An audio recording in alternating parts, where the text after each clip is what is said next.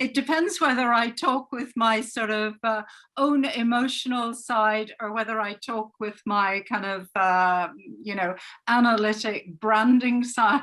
So your book is Royal Fever, the British Monarchy in Consumer Culture. Yeah. What have you learned about the world's relationship with the royal family as it relates to consumer culture? And how is it different now that Harry is sort of becoming the product?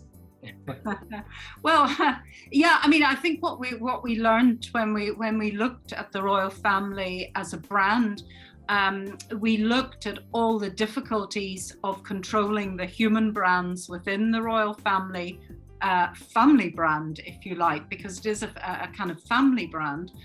So it's got to try and control all its different members. And we see very clearly now how that goes awry with, of course, Harry and Meghan's departure and the breaking up of the Fab Four and all that side. It's had a very powerful effect on the overall royal family brand. And it's going to go on because, in a way, Harry and Meghan have set up their own brand, which is now apart and not controlled by the royal family brand. And so we can see that it's almost a competitive brand, and it's their version of royalty. And, they're taking that forward in the States, in a way challenging maybe the royal family brand. They're showing themselves to be much more au fait with, contemporary times. They're showing up the royal family, I guess, for their old-fashioned ways, their much more traditional ways.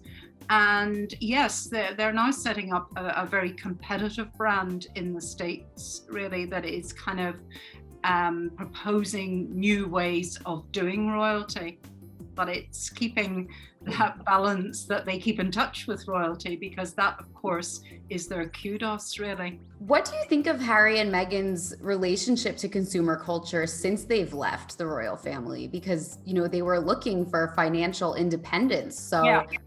It's changed a lot. Yeah, well, I mean, they're trying to build their own target markets, aren't they, around their brand? And, it remains to be seen how successfully they're going to do that. But I think the one thing that's come out of all this is that they have fairly successfully launched their brand as a kind of rebel royal brand.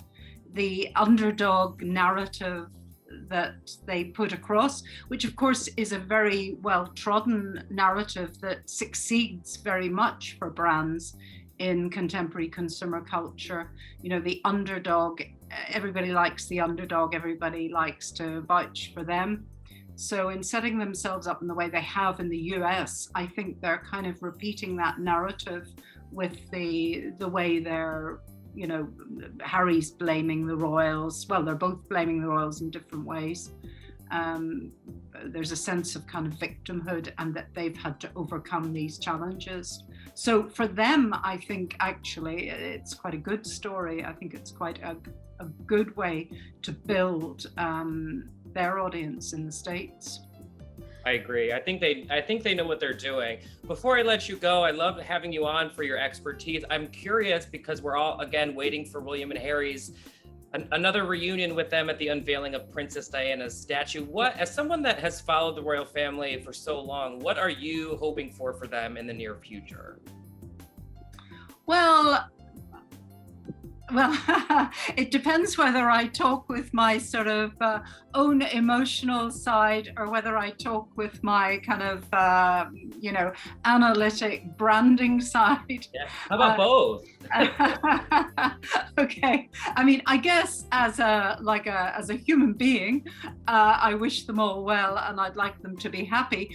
From a branding perspective, a good part of me likes to think of this evolving, and intrigues me how it will go, because of course we have the kind of battle over Diana as well, and her legacy, and which owns it. And you can see that both sides are vying for the spirit of Diana as well, and she's been reinstated within the royal family.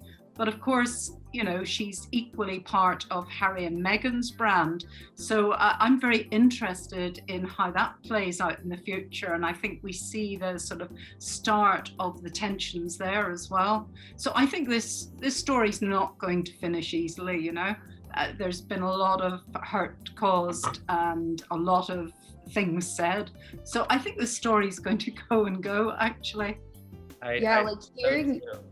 Hearing your take on it, that their branding is even that of a rival court. It's just the royal family can't really have a rival court in the US. So it is going to be like, now I'm just wondering how that's going to go long term. Yeah.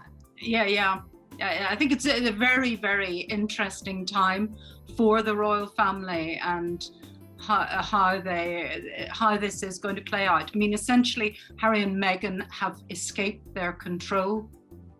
Yet Harry and Meghan need their royal connections, I think, to really give them kudos as a brand. I think if they don't have that, the royal glitter, as it were, if they don't have that around their brand, I don't think probably there's much that's going to make them unique.